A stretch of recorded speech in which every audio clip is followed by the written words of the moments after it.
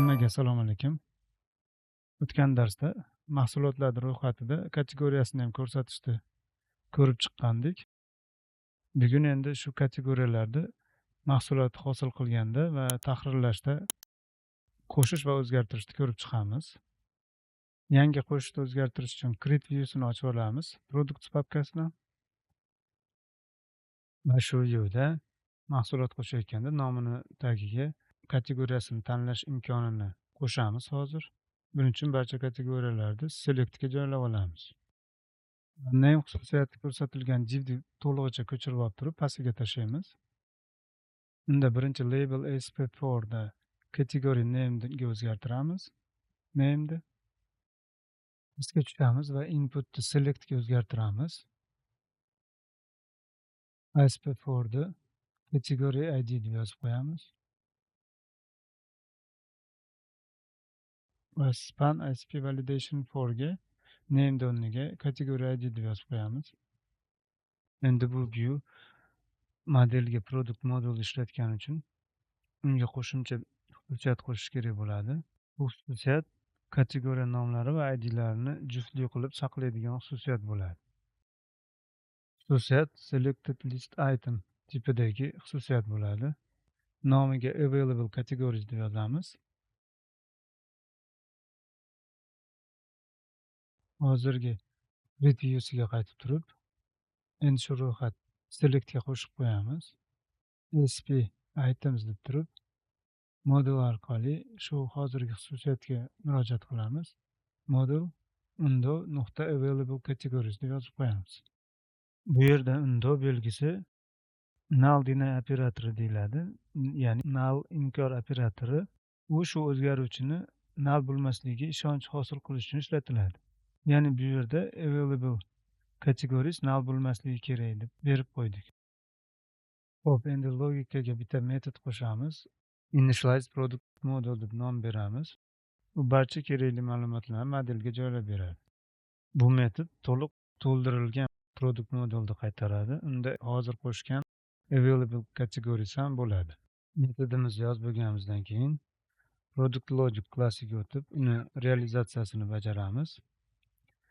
Qizil lampochkani essiq o'zi bizga metod hosil qilib beradi. Endi uning ichiga nima ish bajarishini yozamiz. Bu metodimizda yangi product modul qaytaramiz va uni available kategoriyasini boshqa metod bilan to'ldirib olamiz. Bu boshqa metodning nomini get available categories from db deb yozib qo'yamiz.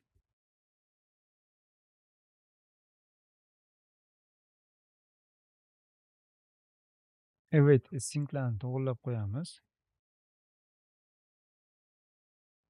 Kategoriyalarni repozitoriydan olamiz va ularni selected list item formatiga aylantirib olamiz.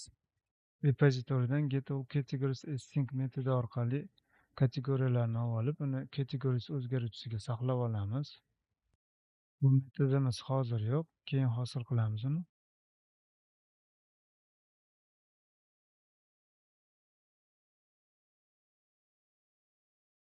Keyingi qatorda yangi selected list item ro'yxatini saqlovchi o'zgaruvchi hosil qilib olamiz va uni birinchi yozuvini none deb berib qo'yamiz, ya'ni yo'q, bo'sh bo'ladi. Ya'ni mahsulot hosil qilayotganda ro'yxatda birinchi bo'lib none yozuvi turadi, kategoriya ID'si bo'sh bo'lib turadi.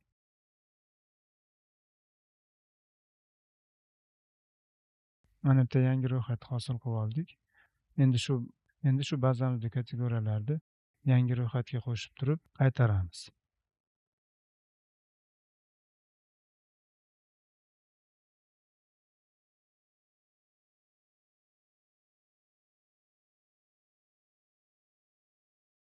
Bazadagi bor kategoriyalarni ham selected list item tipida available categories o'zgaruvchisiga saqlab olamiz.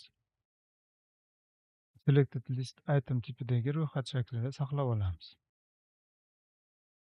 Shu available categories, ya'ni bazadagi kategoriyalar ro'yxatini yangi hosil qilingan return list ro'yxatiga qo'shib turib, uni qaytaramiz. Endi lampochka bilan hozir yozgan metodimizni hosil qilib olamiz. Metodning nomini o'zgartirib qo'yaman. E harfi kichkinadan bo'lib qolibdi, shuni o'zgartirib qo'ydim. Va onlayn shop repozitoriyda metod to'g'rilab yozib qo'yamiz. Task list kategoriya qaytaradi.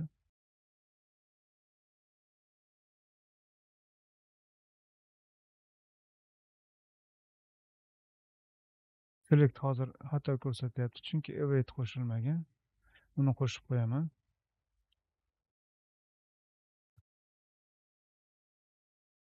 Endi bu metodimiz realizatsiyasini ham qilsak bo'ladi.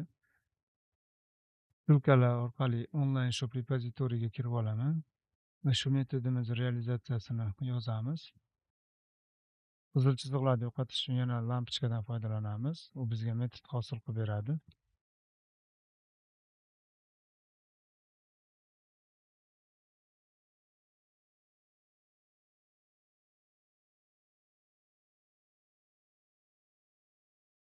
Va shu metodimiz ichiga return await context categories to list as sync deb yozib qo'yamiz, ya'ni kontekstdan kategoriyalarni qaytaramiz. Yana sulkalar orqali kontrollerga kirib olamiz va unda create metodini o'zgartiraman.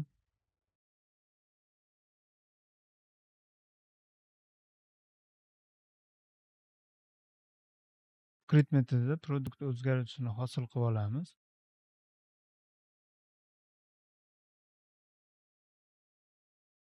Endi create metodida hali yozgan kategoriyasi bor modelni produkt o'zgaruvchisiga saqlab olamiz va uni viewga berib yuboramiz. Qovusning ichiga produkt deb yozib viewga berib yuboramiz va ilovani ishga tushirsa ham bo'ladi.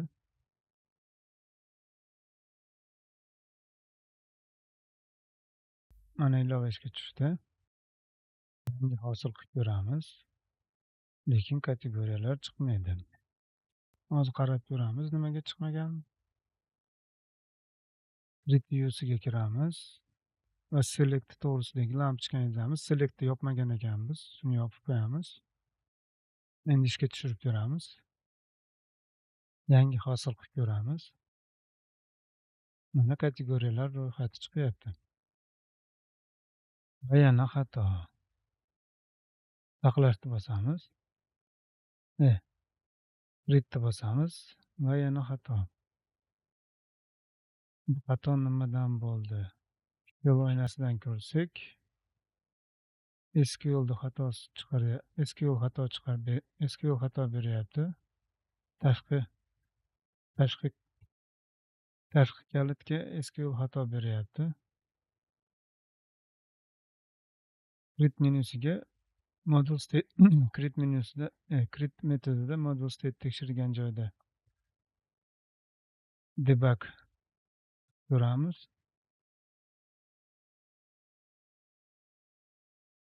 Mana biz qo'ygan nuqtada to'xtadi va kategoriyalar kelmayapti. Va kategoriyalar create menyusiga modelga kelmayapti. Ilovani yopamiz va shablon hosil qilib bergan kodni olib tashlaymiz. Yana ishga tushiramiz.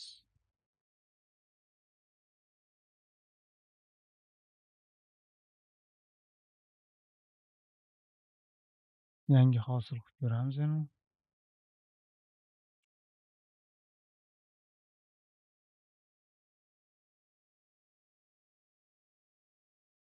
Yana biz qo'ygan nuqtaga keldi. Model state tekshirayotgan, mana endi kategoriya ham qo'shildi. Elementimiz 5 ta bo'lib qoldi.